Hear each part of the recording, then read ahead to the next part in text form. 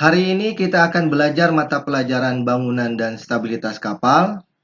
Kita lanjutkan materi kita tentang stabilitas kapal, dan kali ini kita akan pelajari macam-macam keadaan stabilitas. Pada prinsipnya, macam-macam keadaan stabilitas ada 3, yaitu stabilitas positif, stabilitas netral, dan stabilitas negatif.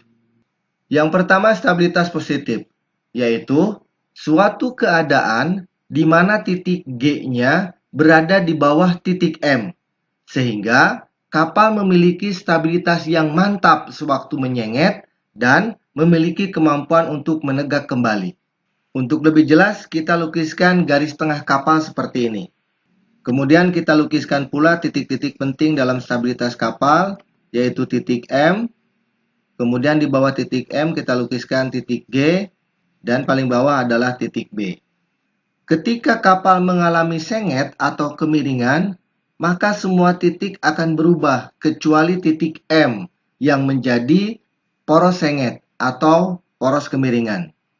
Ini adalah sudut kemiringannya. Kemudian perpindahan antara titik G yang awal ke titik G yang baru itu kita sebut dengan GZ atau lengan penegak. Dan perpindahan antara titik B yang awal ke titik B yang baru kita sebut B1. Pada waktu kapal menyenget dengan stabilitas positif seperti ini, maka titik G atau titik berat akan selalu menekan ke bawah.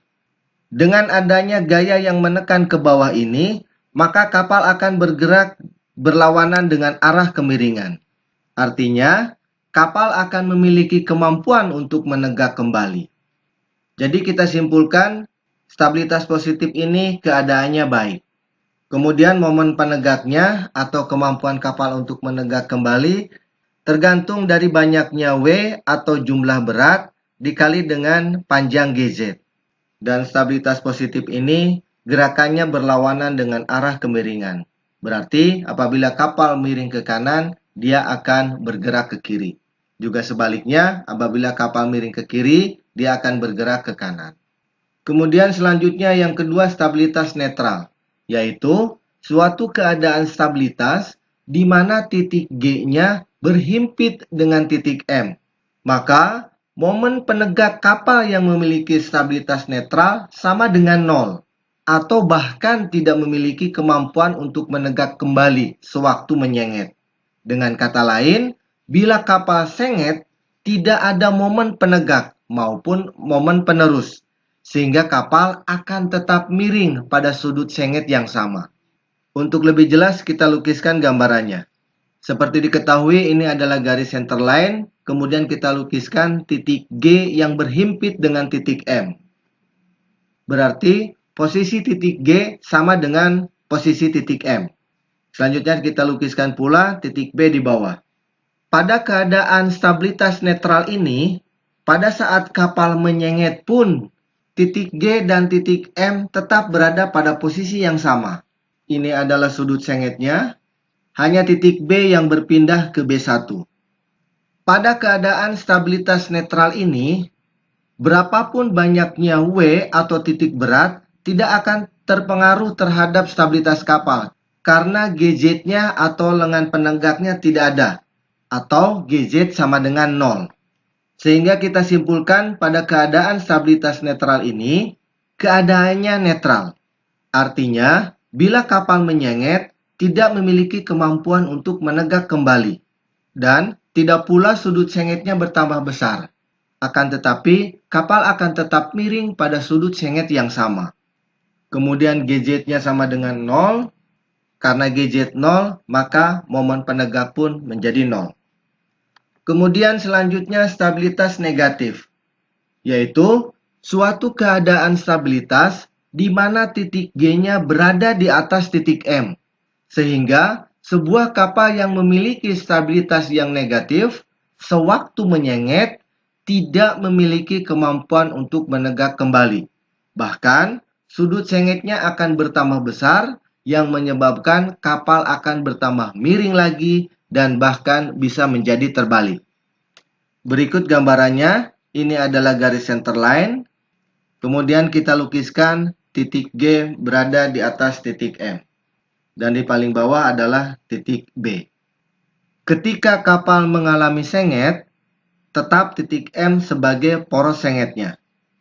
Titik G berpindah menjadi GZ. Pada keadaan stabilitas negatif, GZ di sini bukan lengan penegak, tetapi disebut lengan penyenget. Titik G atau titik berat akan selalu menekan ke bawah. Dan ini adalah sudut sengetnya. Maka yang terjadi, kapal tidak memiliki kemampuan untuk menegak kembali. Akan tetapi sudut sengetnya akan bertambah besar, yang menyebabkan kapal akan bertambah miring lagi, bahkan bisa menjadi terbalik. Dapat disimpulkan bahwa pada keadaan stabilitas yang negatif, keadaannya tidak baik. Kemudian tidak ada momen penegak, yang ada momen penyenget, yang dihasilkan dari banyaknya W atau berat dikali dengan GZ. Dan gerakan kapal searah dengan arah kemiringan.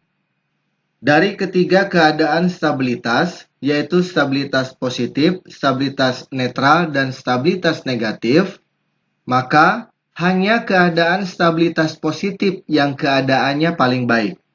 Akan tetapi, pada keadaan stabilitas positif pun akan mengalami keadaan yang kurang baik, yaitu kapal yang kaku atau stiff dan kapal yang langsar atau tender.